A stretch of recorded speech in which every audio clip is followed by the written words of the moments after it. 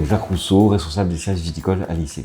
Donc j'anime une équipe d'une dizaine de consultants viticoles qui font du conseil viticole et j'organise toute la partie viticole des essais, des programmes de recherche et d'expérimentation à l'ICV. Groupe ICV, Institut coopératif du vin, travaille pour 300 caves coopératives, 1200 domaines, une vingtaine de négociants, essentiellement dans le sud de la France. Ça représente à peu près 30% de la production française. Donc notre métier, c'est l'analyse de vin avec nos laboratoires qui sont tous accrédités COFRAC. C'est le conseil technique depuis la plantation de la vigne jusqu'à la mise en bouteille. Donc avec des œnologues conseils, des ingénieurs agronomes, des ingénieurs conditionnement. On développe aussi une gamme de produits œnologiques adaptés au vin méditerranéen et on fait de la formation. Et comme on est un groupe coopératif, on réinvestit le bénéfice qu'on dégage dans l'entreprise, en particulier sous forme de recherche et développement.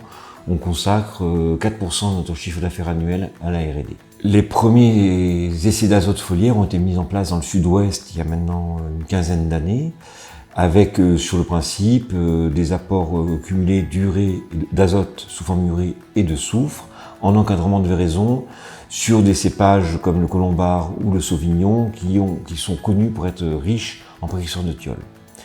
Quand on a commencé à faire ces essais-là en Languedoc, on s'est aperçu dans un premier temps que sur les vignes qui étaient en mauvais état hydrique, en situation de rationnement hydrique, il n'y avait pas de réponse. Donc première chose, il fallait que des vignes qui aient un minimum de vigueur et un minimum d'alimentation hydrique.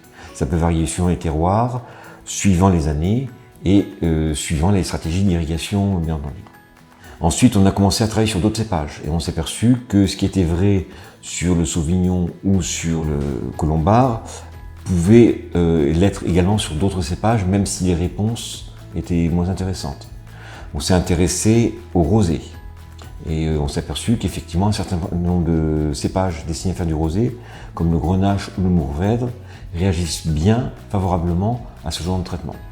Et plus récemment, on s'est intéressé au rouge et on s'aperçoit qu'effectivement, si on veut faire des rouges plutôt fruités, fruits frais, ces traitements foliaires peuvent apporter un plus. Alors pour piloter tous ces process, on a besoin d'outils. Donc on utilise bien entendu les analyses. Sur raisin, il y a un certain nombre d'indicateurs qui permettent de caractériser les potentiels avec les dosages d'acide malique, les dosages d'azote assimilable dans les raisins par exemple. On s'aperçoit que la réponse du raisin à un traitement foliaire n'est pas toujours à la hauteur de ce qu'on attend.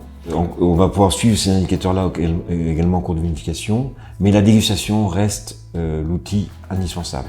Ça commence par la dégustation du raisin, qui permet de bien confirmer que le potentiel qualitatif correspond à ce qu'on attend.